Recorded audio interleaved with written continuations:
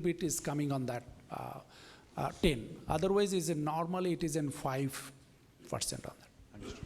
Now, when it comes to the 30% growth that you're projecting both on the deposit book and on the advances book, are we likely to see a shift at all, or is it going to remain around 90% microcredit? No, if you see that we are, as a other sense, we say that the largest the portfolio in microcredit in the country on that. And we are now looking in another area where people have the need of the credit, which is not the corporate, but which is also not the microcredit level, the between two.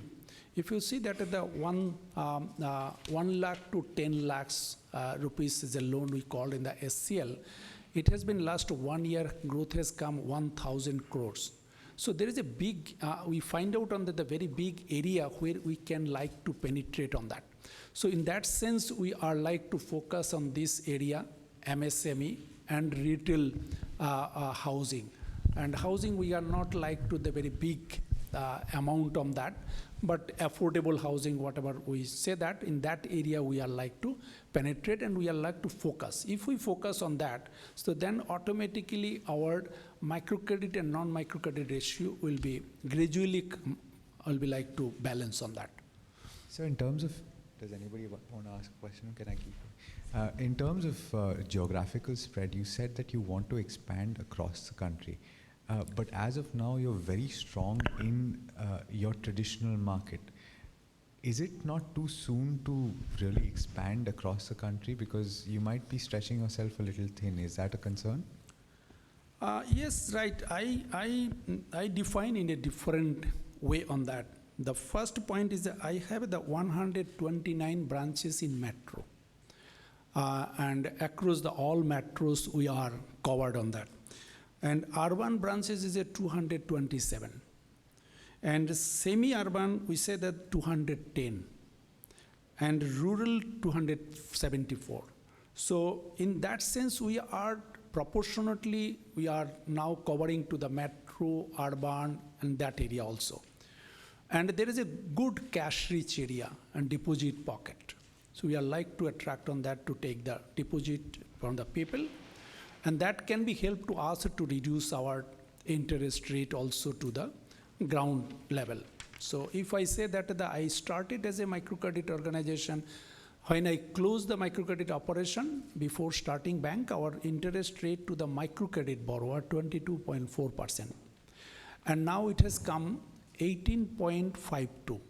That means within a 19 months, we have been reducing the 400 basis point their interest rate. That helped us to get this type of deposit to the bank has come from metro, urban, and other rich people also have. So out of total customer, we have the 1.5 million customer is in bank branch. We just 19 months we have been seen that. So we are like to serve as a universal bank to across the all city, rural, and urban. And we are not strict only the rural, only the eastern region, across the country. So I take your point, but then when you're talking about this physical expansion, brick and mortar presence, you want to increase to 1,000 branches, your costs are also going to go up significantly. So, and the 10,000 employees that you want to add to your bank, that's going to push costs up, right? A lot of people are going up. The reason I'm asking is more banks are going digital now. So do you... Good point is there. I mentioned in here, the last year, our cost to income ratio was in a 56. And this year it has come 36. So we are very much concerned about the cost, but we like to serve the people, whatever the need for infrastructure to serve the people, we have like to provide it on that. And second point is a digital. Of course, we are also in the mode of digital because we have the mobile app, mobile banking. We have the internet banking. We are very soon is starting the UPI. And these are the way we are, first we feel that we have need to educate the people how they can be use it without compromising their risk on that. So that is the main point. And second point is there, till now our country people know very much comfort with the physical infrastructure more. So that they feel that yes, branch is here. If any problem, I can be entered, I can be asked the question. All the people are not fully digital based mind till now. So we haven't taken the time on that. So that we are simultaneously we are going on that. If you say that the one branch we have been open 1 year before, maybe the 3,000 customer we have been acquired, out of 3,000 customer, gradually though are more senior, we educate them and they are gradually going to mood of the digital and new customer is coming to physical. So it isn't part of the cycle way it will be managed on that. So we feel that the both is needed on that. Good afternoon, sir. I'm Neha Bothra from ET Now. You are very close to the rural area of India and you have a pulse on that region. So I want to get a sense from you on how did demonetization really pan out in these areas? It's been 6 months, you'll be having better clarity. And could you share your experience with us as to what kind of stress, what kind of impact did this pocket really see as far as the note ban is concerned? No, demonetization has started in the November, December.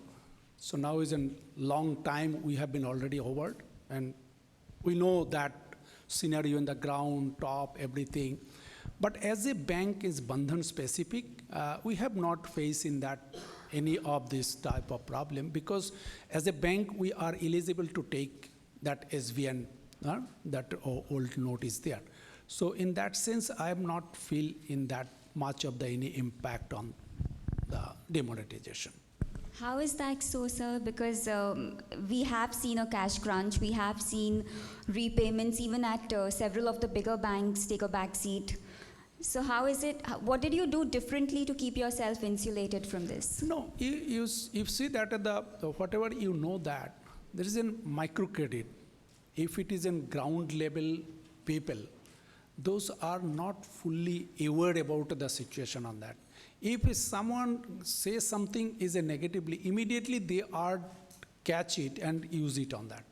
That is not the issue of what is the real impact. Real impact is different. But they are, rumor is more affected to these people. And that time some people feel that, okay, maybe I will be also get the wave of the loan. That is normal nature on that, not in a point of only the demonetization. When we are working in the ground level, some area, some of the people are demotivated to different way, and they are not like to give. And after the 1 month, they are understand about it, and then again come back to repay on that. So this isn't, I am not feeling that this isn't very exceptional, but sometimes some area it has been affected. And again, after a few months when it has been worked, then it will be returned back on that. So this is where it is happening on that. Okay, and what are some of the milestones that you are looking to reach, say in the next 1 year or so? You've already specified your journey from a NBFC to a microfinance bank, but what next? What are some of the things you'd want investors to keenly watch out for? It is say that we are as a universal bank. We are like to parallelly in other private bank of the country. We like to run in same way, but our focus till now we like to focus on that the unbanked people is more, and those are not getting the credit from the formal financial services or bank. We are like to provide that on that. How easily we can reach them. How easily like to penetrate them, how easily we can give the credit to them. And if you say that there is a huge number of MSME is till now are not getting the bank credit. No, there is only 5% of those people are getting the bank credit. 95% is till now is a gap. So we like to penetrate on that. People, identify those people, build up their capacity, build up their credit worthiness, and simultaneously, and they will be like to come on that. This is the objective of Bandhan Bank. So your capital adequacy ratio shows that you're pretty well cushioned on that front. But going forward, when you are talking about, increasing your employee count, you're talking about increasing your bank branches, you would be having a certain cost-income ratio in mind. That would be the ideal scenario for you. So what are your A, capital plans going forward? And B, how are you looking to reach the break-even as far as the cost-income is concerned? No, cost-income ratio till now, whatever I mentioned, I hope that it is in good at par with the other bank also. But the second point is the growing stage. There is a little bit cost will be increased on that. This is not the cost, this is an investment. Investment to the HR, investment of the IT, investment of the infrastructure, that means the branch premises, it will be, and it will be future will be give the return on that. So we have the good amount of capital also, and that capital we are like to leverage how we can be reached to the more people with the credit also. Would you tap the markets or the bond market going forward to just shore up your capital requirements going forward, since you've clearly outlined a plan wherein you would be needing some sort of buffer? If you say that the minimum capital adequacy ratio is need to the bank 11, 13 is good. We are 10% or 12% above. So we have not immediately need of the this type of capital. So that we are not worried about it. We are trying to drive the bank how we can be grow and utilize this capital. And whenever need, what is the other option, we can be like to access on that. Thank you. Hi, sir. Yes. This is Chandra Ghosh from the Financial Express. What I wanted to know is, you said that your lending rates for smaller borrowers have fallen by around 400, a little more than 400 basis points. Going ahead in FY18, when you have access to more low-cost deposits, where do you see that 18% rate going down? I mean, where do you see that? And what rate do you think is sustainable as a universal bank? No, if I give it another way on that. Lowest interest rate sometimes is not good for the borrower also. They are not using the money properly. They will be again lent to the another poor people. It should be little bit in the market wise on that, and they feel that it will be like to use for their productive purpose. So if you come on that, we are as a new bank, our MCL are little bit higher compared to the other bank.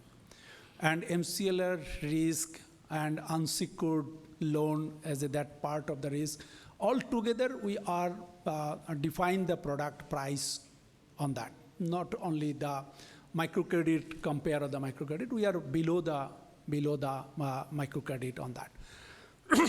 But we have been now given the option to my customer.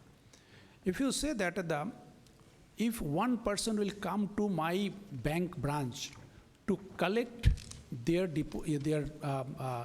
loan and also installment paid to my branch, we are offered 16%. But if he asks me, no, I cannot go to your branch, you come to my house to distribute on that and collect it as a postman, post delivery, the letter delivery one, then I am charging on that amount. If I charge in the 15 rupees per delivery for 50 times in a one loan, so that I have need in a 2.5% more or 3% more. So I am trying on that way. So you will not ask me to come to your home. You come to my branch, take it, return back it, I'll be also subsidized on that. So in that way we are designed and we are also offered it. And some customer is coming now, and which is SCL, that is on that.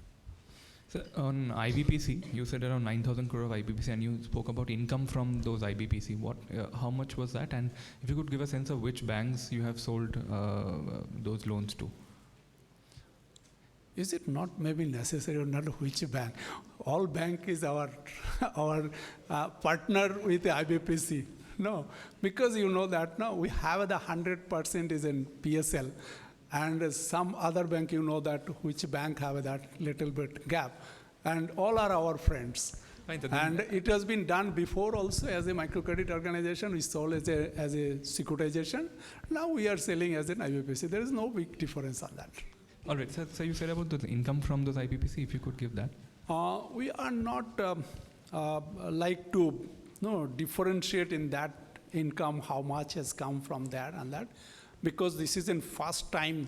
If you say that this amount, maybe the next year we can be like to share the different income from interest and IBPC. Hello, sir. This is Anup Roy from Business Standard. Yes, sir. Just one clarification here. You mentioned that you don't want to specify what is the income from IBPC, but if I deduct 23,000 crore minus 16,000, the rest is IBPC, right? Right, sir. Yeah. So one thing, and second is that, sir, your NIM. You said that your NIM is 10. Yeah. That's a huge NIM. Yeah. So how are you passing the benefit to the customers? No, that I have been mentioned on that. No? Yeah, so in small account you have lowered the for MFI loans, but for retail loans there should be a substantial. Ha. Yeah. And what is your interest rate now then?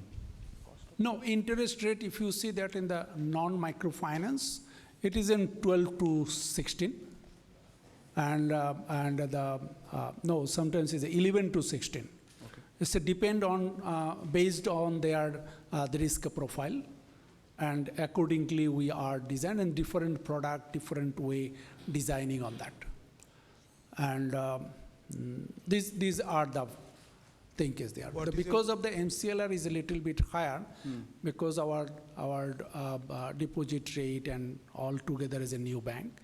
So it is little bit, so that it is high. So I hope that the MCLR will be coming down, and we are also like to reduce our other rate, otherwise we can